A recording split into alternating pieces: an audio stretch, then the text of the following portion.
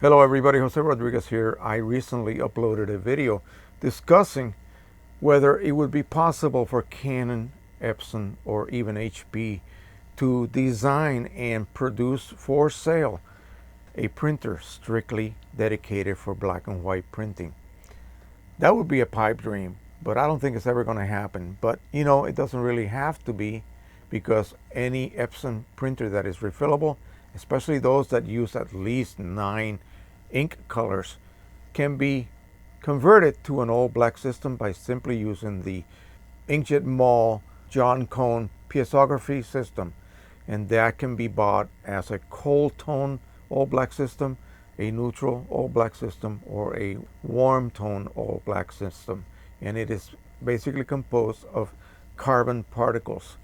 And so that is taken care of already. You are able to produce the best black and whites you will have ever seen in your life. The only problem is, if you only have one printer, that printer is dedicated for black and white. It is very difficult to reconvert that printer back to color, simply because it's difficult to flush out completely that ink.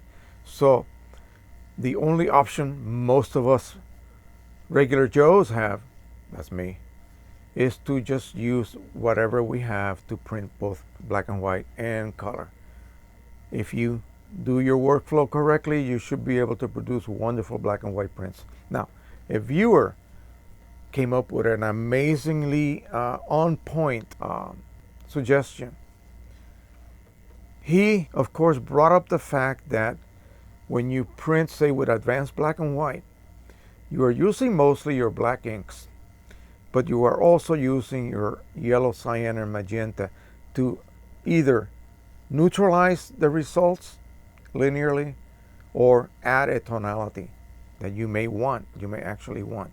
And so what happens is that, specifically with yellow ink, if yellow ink is used to neutralize that image, it could actually fade faster than the black inks will. And you will get then the opposite fading effect. You will actually get a cooling effect of the image. And so by using an all black carbon based system, even if they fade, which of course everything fades, you will remain neutral, or you will remain warm, or you will remain cool. Whatever you originally chose to print that image as, that's how it will be. It may become a little bit lighter within years of exposure to light, but it will not change tonality. That will occur when you're printing with a regular color ink set and you're printing black and white, especially if you are printing RGB all the way through with a profile. You're not using advanced black and white, but you're actually using all of the other colors to composite together shades of gray from black to white. As those individual colors start to fade, and they will fade at different rates, they will, even original inks, then you will start to lose that tonality that you had in that black and white print. And it will change on you. And you will be able to notice that, because it's very easy to see a change in tonality on something that is supposed to be neutral. So that is a very good point that was brought up by this viewer, and I thought I would share that with you guys.